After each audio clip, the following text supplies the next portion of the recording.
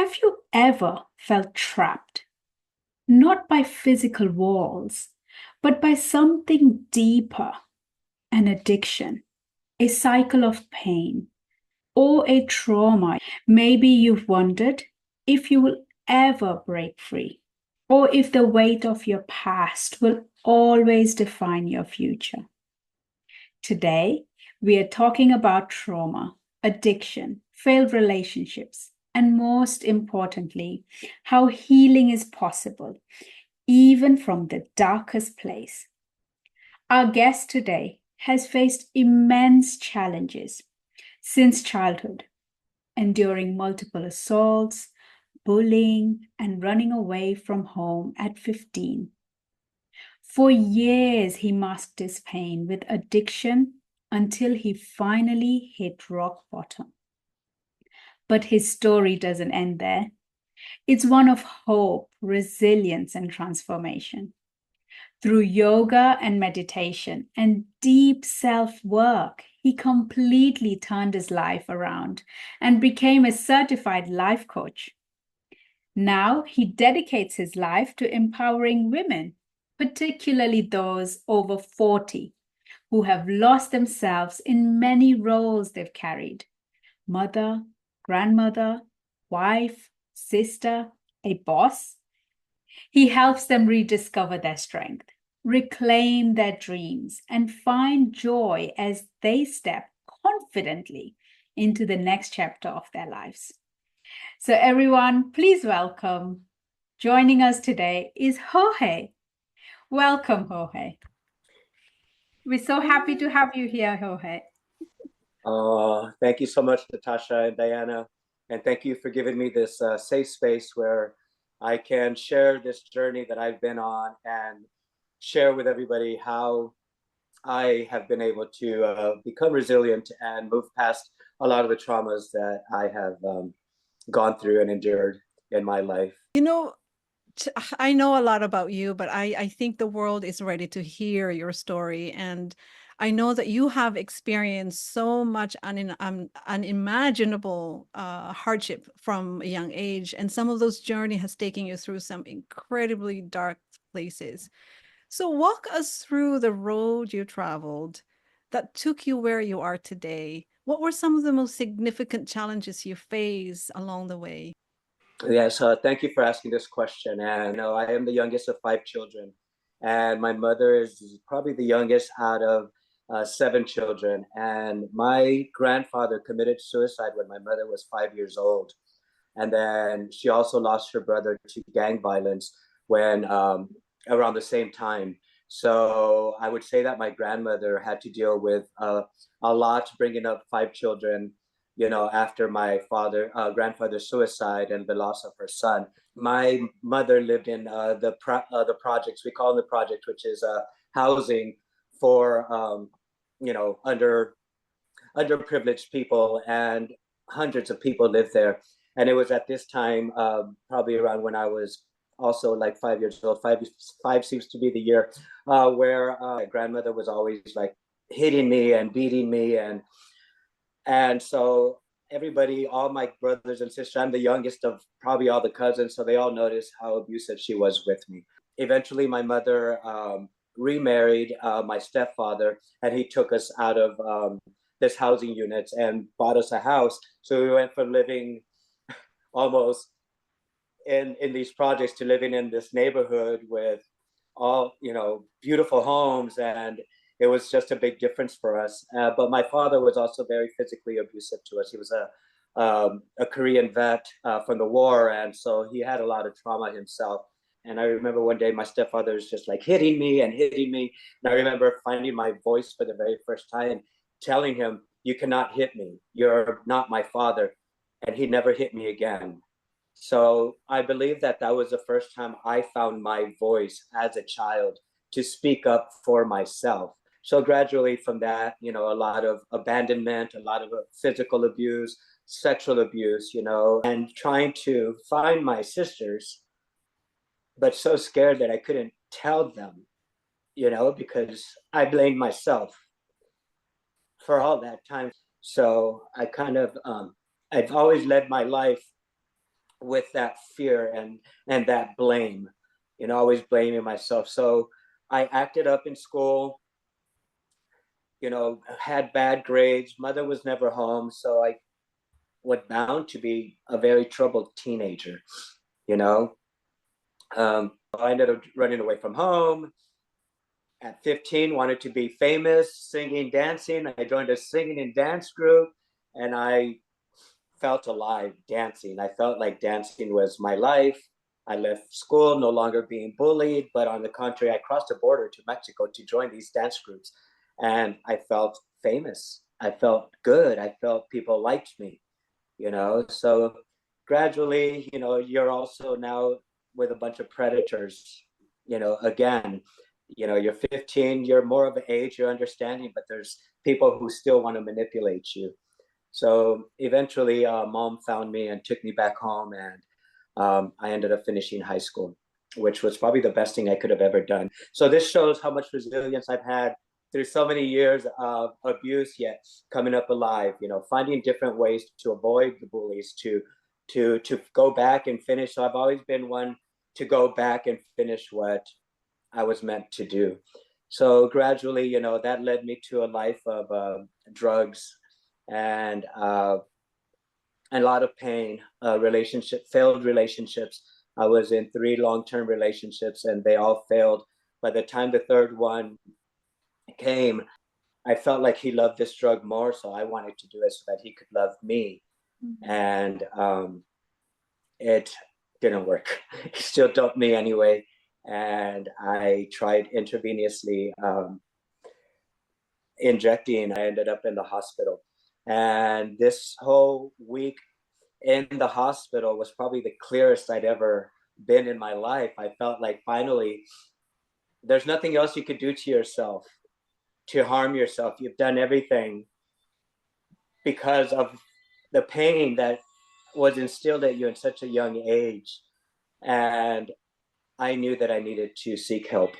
So that's when I was seeking a life coach and healing that child and making sure that child was safe, making sure that child was loved. I learned how to heal myself pretty much all my life, healing, continuously healing and healing, not knowing that I was doing the work already without having to go to therapy, without having to go to coaching, but finding it in books and reading up about, what it's like to love yourself. So Jay Shetty, I didn't realize was going to teach me that I had a lot more to learn, that I had more healing to go through, and know that healing is a forever process. And every day I wake up healing and making sure that I take those steps to heal. I know that was long-winded. That's my story. I just wanted to share with you, and it's very deep and very raw. And I feel like this is a safe space because I know both of you, and I could share this with you and your platform. And if I could share this and I could help somebody, this is what my journey is all about. Jorge, my heart goes out to you. Thank you for being so vulnerable with us. Such a deep, dark journey for you. And then seeing you come through the other end. It's unimaginable for someone to have gone through so much and still finding that strength and turning it around for himself. Huge, huge respect for you, Jorge. Well, one thing that I've come to realize, especially now in my 50s, was that I had never heard of ACEs, which is adverse childhood experiences, and getting more involved with people who are sharing and speaking up about ACEs and understanding, you have a score within yourself. And I had a 7 out of 10, which is very high. And I really wasn't supposed to be alive past 30, with all those hardships, whether it's the drugs, the sex, the abuse, all of that. And so learning to be in communities where people are trying to inspire, all those experiences that I have endured had led me to this path so that I could share my story, so that I could share my pain and my happiness, all of it, because I am happy now. I have grown to become the man that I am, but I still have that little child who has suffered inside of me that I have to keep, you know, safe now. Yeah, you can see how much resilience you have from within you, even from the very young age, especially when you shared like that moment when you stood up for yourself and you said this is enough, right? And that voice from within you has always been there, and it knows how to advocate for you. And a lot of this work that you've done, um, trying to find ways to figure out this, getting the ACEs score and self-awareness. Like, what is a turning point for you to realize, like, I'm gonna go get some help? Yeah. Can you walk us through how that started for you?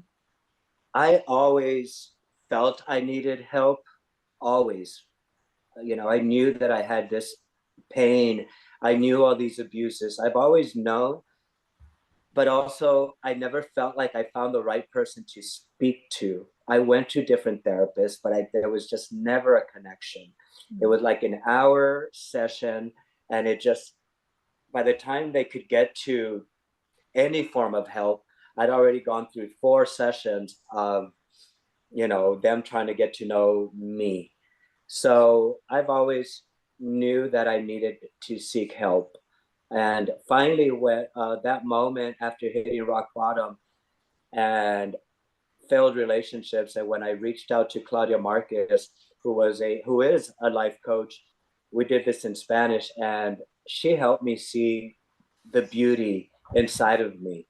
And I always knew that I had this light inside of me that people were always trying to dim, and I just would not allow it. I just knew that I had something to show and share.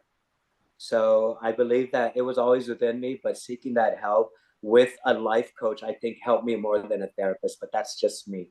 I still, I'm searching for a therapist right now because I believe that there's still a lot that I need to work on. Yeah. And what was like that journey like for you, like uncovering and reconnecting with yourself, getting unstuck to some of the beliefs that you have carried from a very young age and reframing it in a way that is more empowering?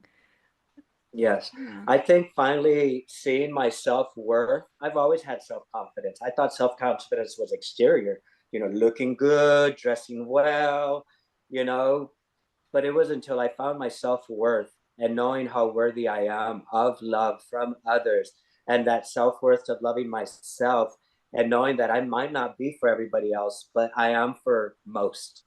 And finding that worthiness within myself was probably knowing to love that child and keep that child safe and know that that child is me.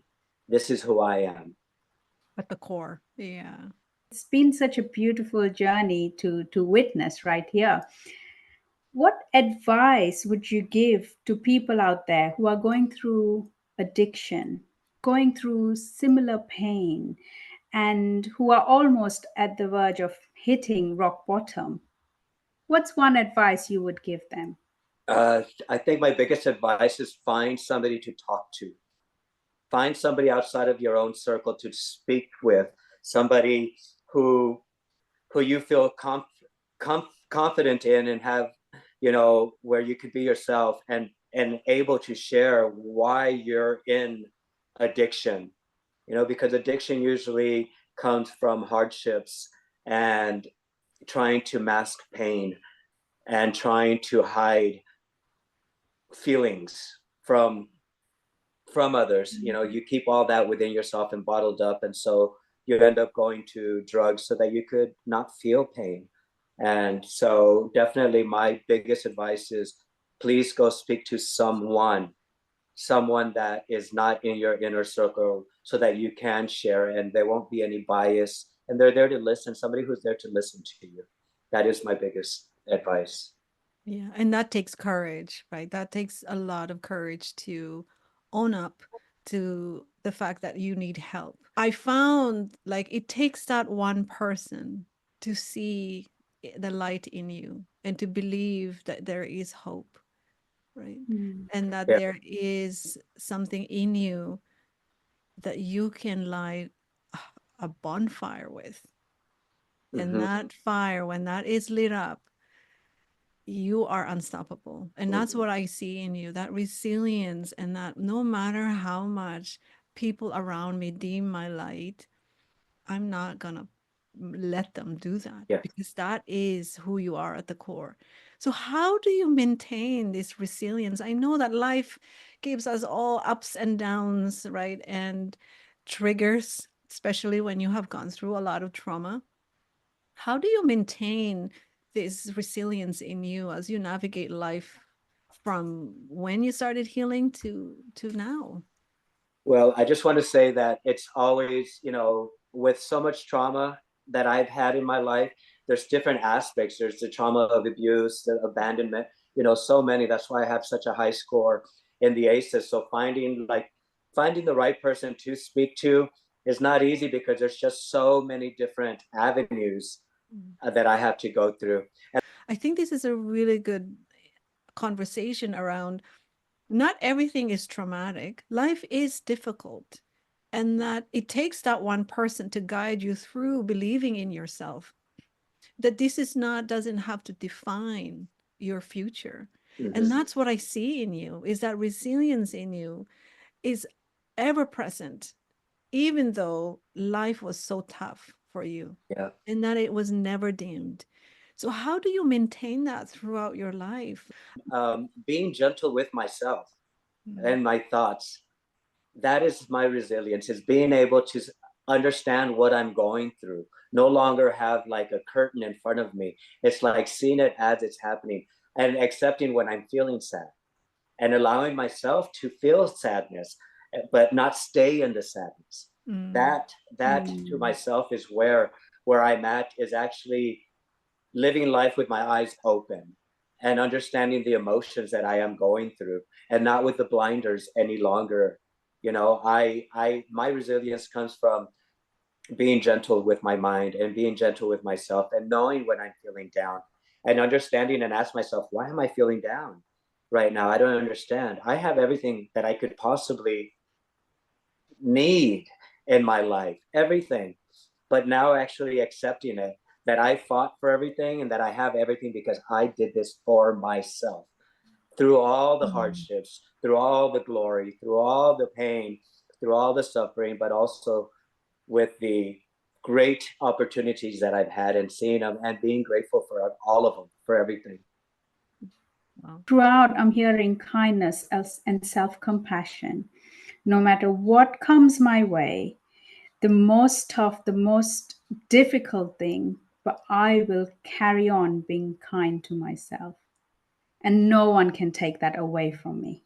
Yeah.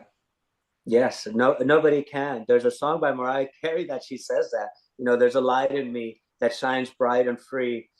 You could say anything you want, but you can't take that away from me. So that in Beautiful. itself, Yeah. I knew that even this song has resonated with me, and I use that as my mantra. And I say that to myself because there is a light in me. And I know that nobody can ever take that away from me, ever Yeah. again. Yeah, I got goosebumps when you said about the song. Every time. I'm curious. Yeah, I'm curious to ask you, Jorge, how do you get yourself unstuck when you find yourself sometimes when you get triggered? And we know we have ebb and flows in our daily life. When Mhm. you are, getting a lot of challenges in your life, what is one thing that helps you get out of that, like get unstuck? I know you mentioned like I don't stay there and I understand my emotions and stuff, but what else do you do? Well, I know how important physical fitness is to Mm. us. I've been a dancer all my life, pretty much. A runner. I ran away from everything. Not really, literally a five. I loved outdoor running, yoga, meditation. I know all these things are so. We all know, they all say that it's also good for you for your mental state. And I'm an avid believer that that's what it is. When I do get stuck, I actually allow myself to stay stuck for a little bit, knowing that I am stuck, but I know that I am stuck. I Oh, know that I am Mm. stuck. And I give myself that grace to be stuck because I know that it's not going to be forever. I have to do that for myself to, okay, shake it off, get up, go outside, ride your bike, go. Once you hit the fresh air, honestly, it's everybody says take that shower, go do that walk, go get that fresh air, go, get your heartbeat going. And honestly, after I do that, I realize, wow, this is exactly what I needed to do to get myself out of my funk. And I like to call it a funk because you get funky in your mind. yeah. It sounds like you have Yeah. that like beautiful inner guide in you, like parts of yourself that you always reconnect, Yes. and that compassionate inner voice within you that is always guiding you and believing in you. And that's, I think that's how we reparent ourselves. And especially when we grow up with not a lot of love around us and not a lot of hope, and that we can do that for ourselves when we go through those difficult times, and that it does not depend on the external circumstance anymore, because you have the choice to make it happen for yourself. Mm-hmm. Yeah. How do you get Yeah. unstuck, Natasha? For me, getting unstuck, oh, that's a good question. For me, I have to sit in meditation. Mm. I acknowledge that this doesn't feel right. But similar to Jorge, right? I have to switch off from all the noise because it's like you said, like the funk, right? It almost feels like there's too much noise from everywhere, and I don't know where I need to focus right now. So it's like switch off, unplug, just completely. Now take time to put them in perspective. And I notice what I do is I look for my people. When I say my people, like my girls, my friends, the like you said, someone who understands you, who knows you.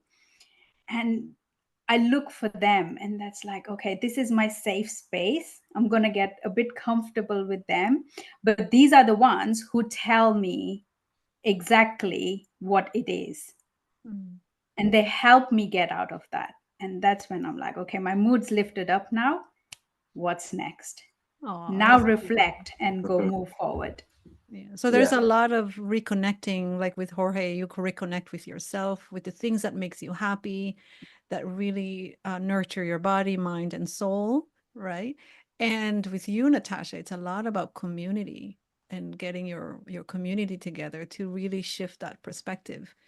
And I think that's one of the tools that people don't necessarily tap into right away, because it's so much easier to wallow on the hopelessness and the darkness of challenges in our life.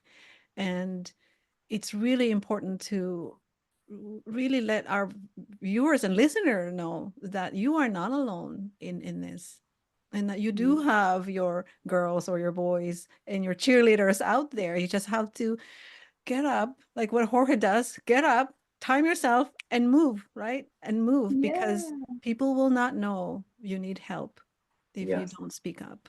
You help women, Mm-hmm. right? And over 40s. So I'm fascinated. Like, I'm curious to know why women and how do you connect with them? Yeah, tell us more. And when I went into coaching, my first thought was to help women over 40, help them find their value, help them find their worth. Because what I've seen is a lot of women have always been stepped on. A lot of women have not had voices. I've seen abuse of women, how the men treat women, how people treat women, how other, women treat women. And to me, I've always found that I've gotten along better with women. I feel connected more with women. I feel women are warriors. They're the strength of the world. And I feel at peace when women are around me. I work with a lot of women. and I listen. I am a flight attendant for a major airline for 27 years now. And we have a thing called jump seat therapy, which is basically, we are 25,000 flight attendants. We're not going to work with the same people very often. So you're continuously getting to know people. Every time you step on the airplane, you're introducing yourself. You're on your best. A lot of people come on with troubles, and they come on to the airplane, mostly women. I'd say I work with mostly women, and they tell me everything. I mean, they've always shared everything. I feel like I've always been a safe space. So being able to help these women find their self-worth, find their voice, and know that there's something more outside of the titles that they have been given. You know, they get married, and you become the wife, you become the girlfriend, you're basically taking ownership of, and they want to please their spouses, their children, their parents, but always lose themselves and their identity. And I feel like this is the woman that I want to be of help to, knowing that there is that little girl that had dreams, and that little girl needs to find those dreams again, because they've given up their dreams to play the roles of boss, of grandmother, of, mom, and never of self. So this is my targeted audience, is finding that self within yourself, finding who you are as a woman, and know that you could go back to when you used to take those dance lessons at 5, 6 years old that you found empowered. Go back and do that. Mm. When you find a community, you have to find your voice, and I'm here to find that voice for you. Oh, wow. That's, yeah, you're empowering women to reconnect with themselves and their true selves. Um, and what I love the way you describe women are warriors. And I think that you are also a warrior in many ways. Mm-hmm. And we can go on. I have so much more questions to ask you, but I know you're a busy man, and you have so much on your schedule. But we really love your story and hearing, I'm so positive that people can resonate with your journey. And what is one thing that you would like to let the world know about your personal journey? And share you've always spoken about your light, right? Throughout this podcast. What's that one light you want to transfer to the world now? I I think walking in my happiness, people see it. People see this light in me, and I was the only one who did not see it. I walked in the darkness in my thoughts. I mean, I had some really bad thoughts too. I wanted to commit suicide one time, and I had never thought that. And I'm like, oh my God, I cannot believe I never thought I would say I didn't want to be on this earth. But getting coached and seeing my value, and actually I needed somebody else to see it and tell me how beautiful I was, so that I could feel how beautiful I was. And once she told me that, I just know how beautiful I am. I know how beautiful my heart is, and I know how beautiful I want the world to be. So I'm a huge empath, first of all, and sometimes that could be saddening, because you take so much emotion into yourself. You see how the world is right now. So carrying that light and making sure that other people see that they're valued. I mean, I work in customer service. I treat each passenger with respect, each single one, but I am also set boundaries. I know how to set my boundaries and not accept being talked down to any longer. Beautiful. What is that boundary that you practice to protect your light and your energy? Well, making sure I do not accept abuse of any sort from anyone at any time, any longer. I will not be verbally insulted, because I will stand up for myself. I am a life coach. I am not perfect. I am a human being first. And that's one thing that I do want to set out there, is that us as life coaches, we're not perfect. We all have our pain. We all have our suffering, and we all have our attitude, and understand that we do have that, but being a life coach does not mean we got rid of all those things. We just know how to keep it in check. Yeah, that self-awareness check. Yeah. Mhm. Yeah. So here we are, almost, yeah, at the end of the podcast. Jorge, in one sentence, share with us one mantra or a quote that you live by. There's a light in me that shines bright and free. You can say anything, but you can't take that away from me.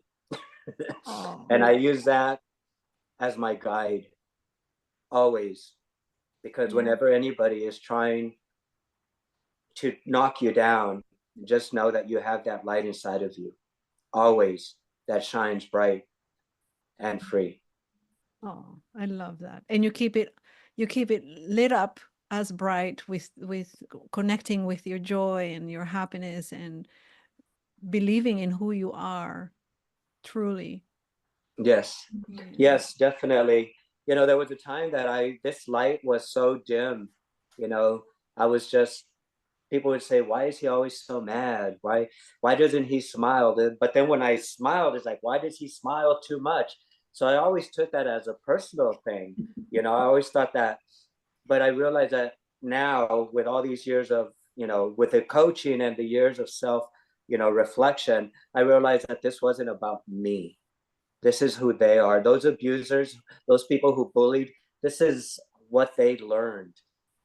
And so we don't know their story. So that's just something like, even within my own story, knowing what my grandmother went through, I understand her pain and that generational trauma that goes on from one generation to the next, but it stops with me. Mm. I cannot let this carry on. It's I was the first one to tell my family I love you. Those words came out of my mouth first, so that my entire family could hug each other and tell that to each other. We never heard that growing up. None of us, cousins, aunts, uncles, none of us said I love you. And seeing the older generation now say I love you, that's huge. And I know that that started with me. Mm.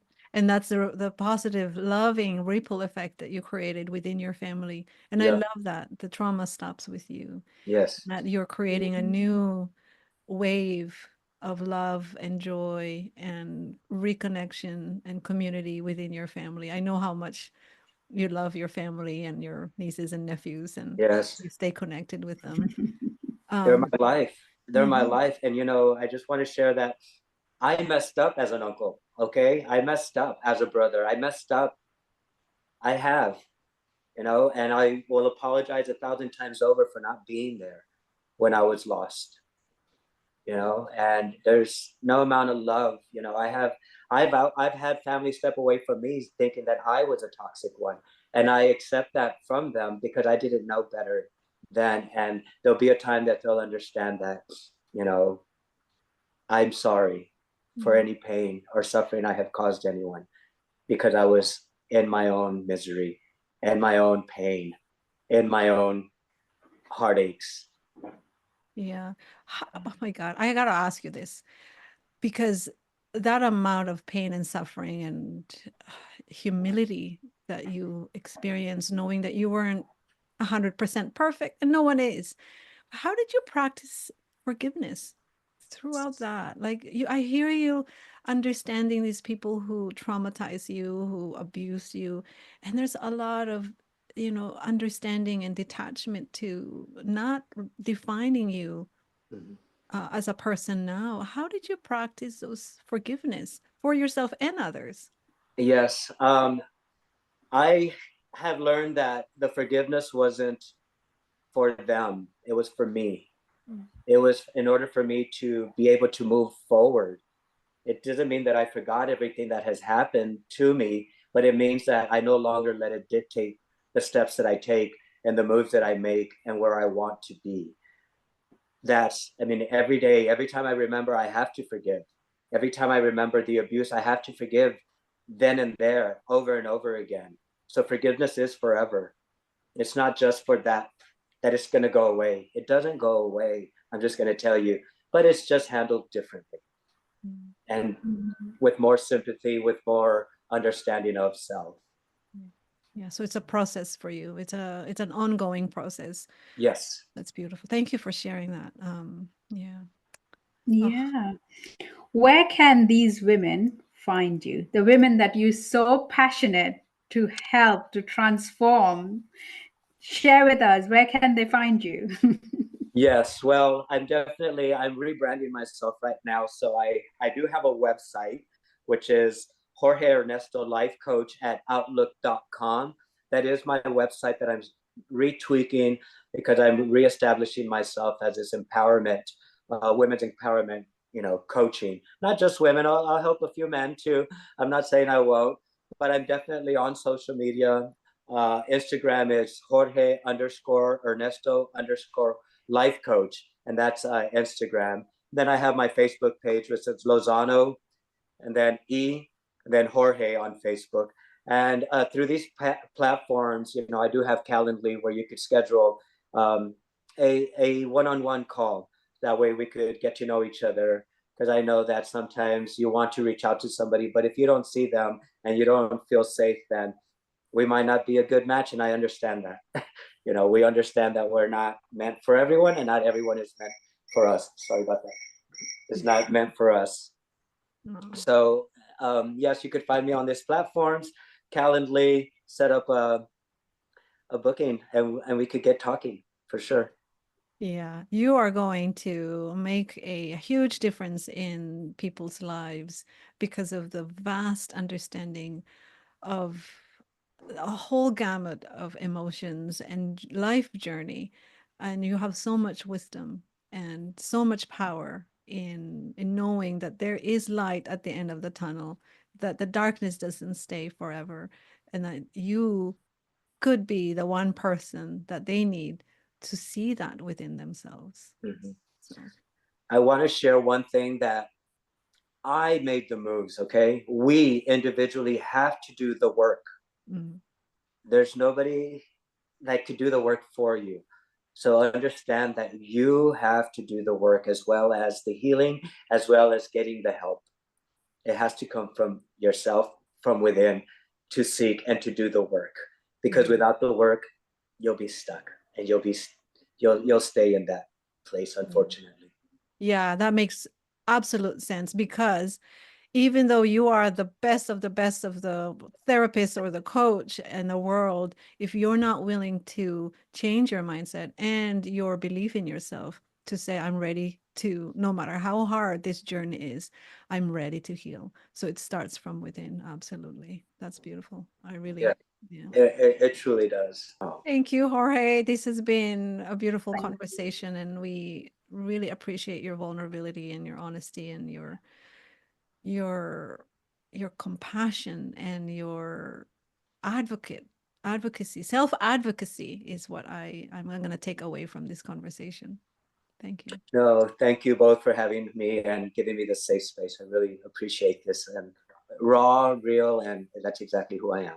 Yeah, thank you. Thank you for being you. Thank you for always shining your light upon everyone. The good, the bad, everybody. You're beautiful. And yeah, and for anyone looking for a community, anyone looking to have your, that cheerleader, your people with you, we have a community called HeartSpace. We will have the link for that in the description below as well. So yeah, join us, and it's a free group to join. Thank you both. Thanks. Thank Okay. you. Bye. Bye.